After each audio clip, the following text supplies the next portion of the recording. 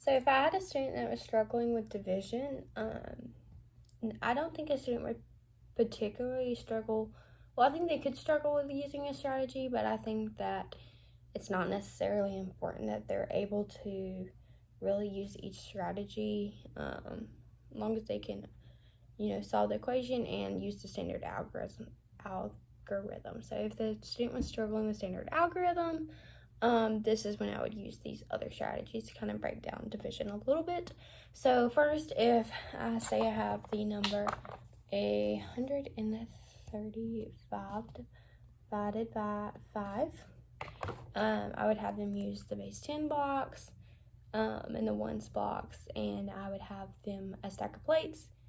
And obviously this is going to be very tedious, so they're not going to want to do this for really large numbers like this necessarily all the time, but just for them to really be able to see it broken down into all the groups, I would have them do this. So I would have them do 5 ones on each plate, or like if they just wanted to draw, if we didn't have plates, we would draw like boxes on their paper, and they could do 5 in each box and then see how many groups they get. And obviously they would end up with 27 groups, and would really help them understand that there are 27 groups with 5 in each group. So you want to see how many groups you can make with this divisor. So then I would, they obviously aren't going to be able to use manipulatives all the time. So after they kind of understand the concept a little bit, I would remind them that multiplication is the inverse operation of division.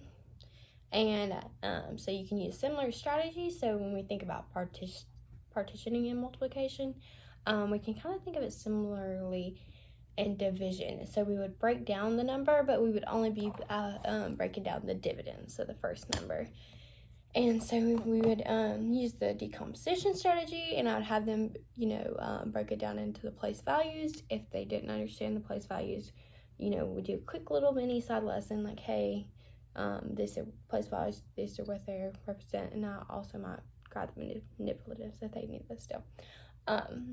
So I would break down the first number. This one I broke down to 135. Some students may not need to break it down that much, but so then I would have them do 100 divided by 5, 30 divided by 5, and 5 divided by 5. And these two should be pretty simple for them. And this should also be pretty simple for them because they could just cover up the 0 and do 10 divided by 2 and just add the 0 back.